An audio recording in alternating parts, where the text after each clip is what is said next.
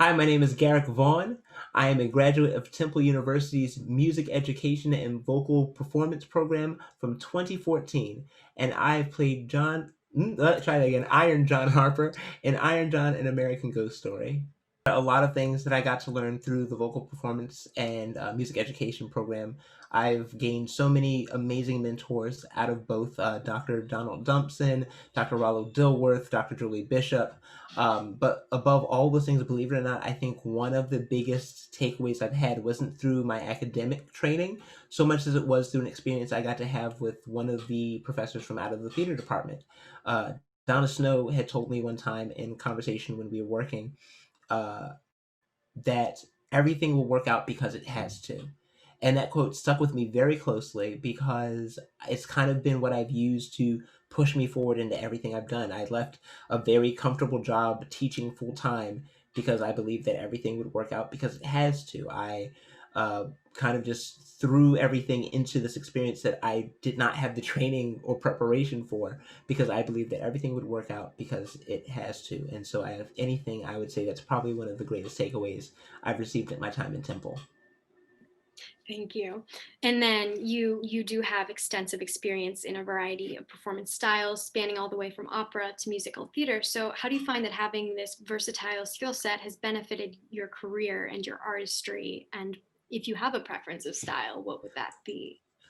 Oh man, it's fortunate just to be able to have grasp of the capacity of your voice. I think walking into a room and being able to show someone in an audition that I can do all of it. I can sing legit. I can belt for you. I can give you the riffs and the runs, letting them know that you are a multifaceted artist and performer is always beneficial. I don't think that I would even be in theater today had it not been for the opportunity to audition for shows like The Boys from Syracuse and for Oklahoma to show that this legit side exists. And outside of this legit side, there's also this gospel background that I grew up with.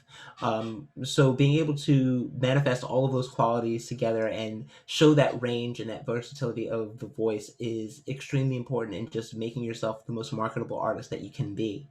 As far as a favorite's concerned, I don't have one because I love them all honestly so much. I still pull out my art songs every now and again, even though I'm not performing classically as much as I used to. Those songs of the gospel tradition are near and dear to my heart, so of course those still ring out every now and then. But if anything, I probably have the most fun right now working on rock music because it's something that I'm not as familiar with. It's something that I haven't really trained in. I've been studying and working on, and my voice is still uncomfortable with it. So it's new, it's exciting, it's something to discover. So definitely working on a lot of Weber stuff like hair and digging into that realm of what my voice can do in the rock genre. Everyone does it differently. You know, every director you work with is different. Every music director is different. Every theater is different. And so in this process, even though we're working out of the same medium that is Zoom, everyone's process is definitely operated in a different way. And so getting to see and experience and adapt to that work has been a great and exciting development to undertake. If anything, I would say that in experiencing this, being adaptive has been probably the most key element that anyone could have in doing these Zoom shows and these Zoom performances. Just being able to walk in and kind of shed away the idea of this is what I did last time, or when we did this, this worked. Because we're operating in such a new space, I think it's really important to be able to just take in this new energy and say, okay, great, let's learn what does work as well as learning what doesn't work. And thankfully, in doing Iron John, this has just been such a smooth process in experiencing all of what this is. So kudos to the creative team for putting this together and making something that's very functional. As far as getting to work with younger Temple students, I mean, just amazing, dynamite. They blew me away at how talented they are, their drive, their focus, their passion for creating this art, and the difficulty in taking new material that you don't have any way to reference or study up on, but essentially creating for yourself on top of your coursework and on top of your own personal life and on top of everything else happening in the world around us. They navigated these changes and this experience incredibly well. So, an amazing opportunity to get to work with everybody there regarding creativity during this time. Number one is keep your skills sharp. whether that means opening up your book and just singing through your material that you already have, singing through the monologues you already have, or singing through, or reciting the monologues you already have, whether it be going back and looking at the material that you have and trying to revamp it, look at some new beats, find new moments, discover new things that you can interpret the story with. Uh, Find new material altogether to put into your book. Arm yourself and be prepared for when the world does open back up. And not necessarily just be audition ready, but just to keep those skills rolling. Don't take this opportunity to not sing, and keep working on your voice and keep working at your craft. If you have the ability to find a coach, link up with someone and just go through some material, even if it's just getting to one of your friends to say, like, hey, listen to this and tell me what you think of it. You don't necessarily have to take all of their advice for it, but just someone to give you some feedback and to hear from. The second thing is going to sound a bit antithetical to the first, and that is, it's okay to not be creative right now. There's no harm or shame in saying, I'd rather just take a pause, take a breath, take a break, and not feel like you have to produce.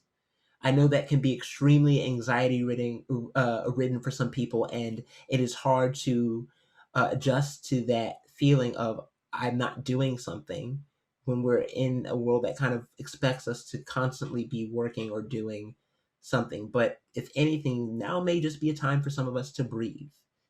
And that's okay too. Don't feel like you are not working any more or less hard than anyone else because you decided to take some time to just focus on yourself and grow, because that's a level of being an actor as well, is understanding who you are and what your needs are, understanding that level of human condition that's so complex and so intimate that you can't just project it through reading the text, but through really understanding and living what it is. It's so funny because I really haven't worked that frequently in Philly. I've been doing theater for about 5 years now, and out of the five, two, I would say the last 2 years now have been here in Philadelphia for the most part. But really, everything else has been regional or overseas. And so, in kind of being new to the Philly theater scene in a way, one thing that's been exciting is just learning how small it actually is, learning how interconnected and interwoven everyone is into this tapestry of artists that exist in the Philadelphia scene has been so incredible and so amazing. And I think one of the best experiences I can say that I have has been having that discovery. One thing I would love to see from the Philadelphia theater scene is just more of that networking between artists, because I think that Philadelphia theater is so small, we neglect how mighty we are in our small unit. There's just so much talent here, and there's just so much development taking place. James Imes doing all of the things here in Philly between playwriting and running theater spaces, and people like Lanish Miller White, who's the new executive director of Theater Philadelphia. I mean, in the time that I actually started doing theater here in Philly is when I really started discovering all the things that are here. And so the more networking I think we can do as a community to make sure our new artists feel welcome, the bigger our community can actually feel. And I think I can say that there's truly nothing like theater in Philadelphia, even in some of the theater scenes that I've been in across the country. It's just so well developed that we have something to offer for everyone, from experimental theater to commercial theater to, new works. All of that stuff is available and accessible as audience members and as artists. And one thing I would love to see is just more of us out there participating in this work. Philly, again, has such a great hub for local talent. It's just unfortunate that not always local talent is not always hired to work. New York is right around the corner, which is great for us because us as artists, we strive to, hit Broadway, and we want to be able to have that credit under our belt. And that's wonderful that it's just a 2 hour drive away. We can audition for the role of our dreams. But still, all of those opportunities are here, and artists are here, and they're talented, and they're hungry, and they're ready, and we're reaching out to other people. And so I would love to see that be more accessible for all the amazing artists out here in Philly, that they would have opportunity to work in their city and to show what they've got and to showcase that here, rather than bringing other people who have that access up north shy of 2 hours from us. It'd be great to see that community again just broaden and open so that people can see how much is really here in the Philadelphia theater scene.